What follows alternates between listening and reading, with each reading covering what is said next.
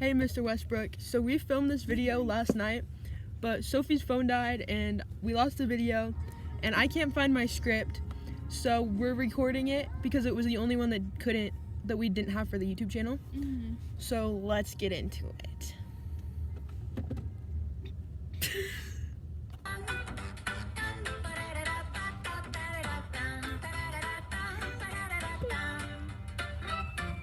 Colonies were forming, the revolution storming. The past is never boring, it's history you see.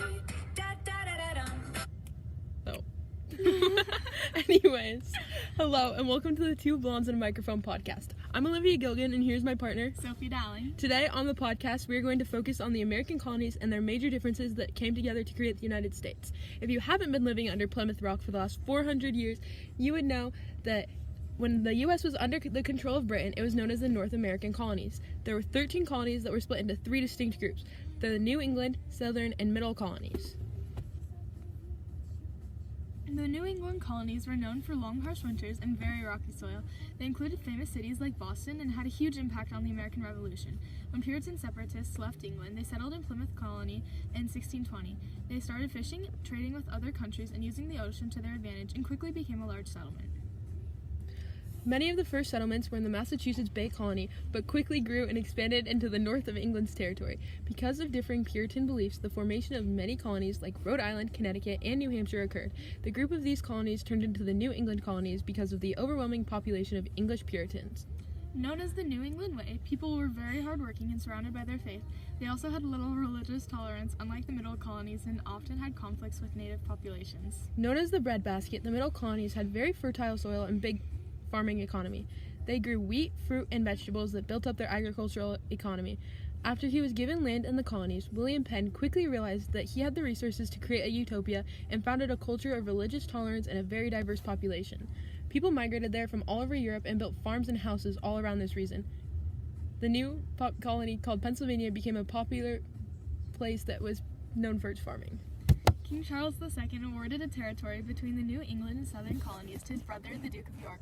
The previous Dutch settlers were quickly surrounded with Quakers or Pilgrims in a new colony called New York.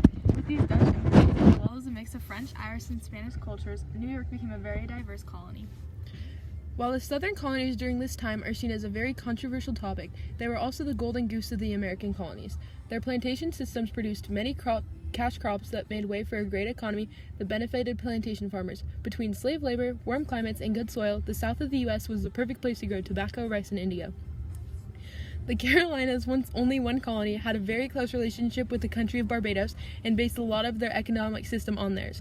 Learning from Barbados' use of slave labor to increase crop output, the Carolinas joined the slave trade as well as the triangular trade with Europe and Africa. The plantation system was very popular in the South, meaning that there were few towns and strict communities like their northern neighbors.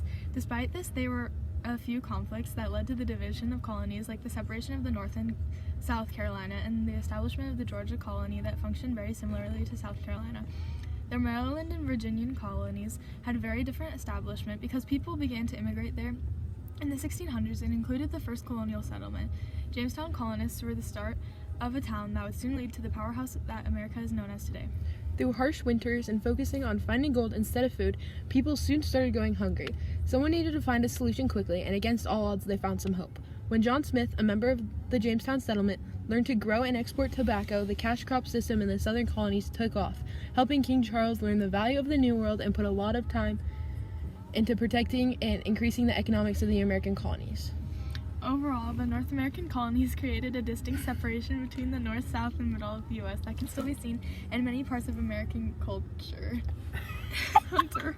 They also established many beliefs that had a big effect on the American Revolution and other events in American history, like the Civil War and expansion of the U.S.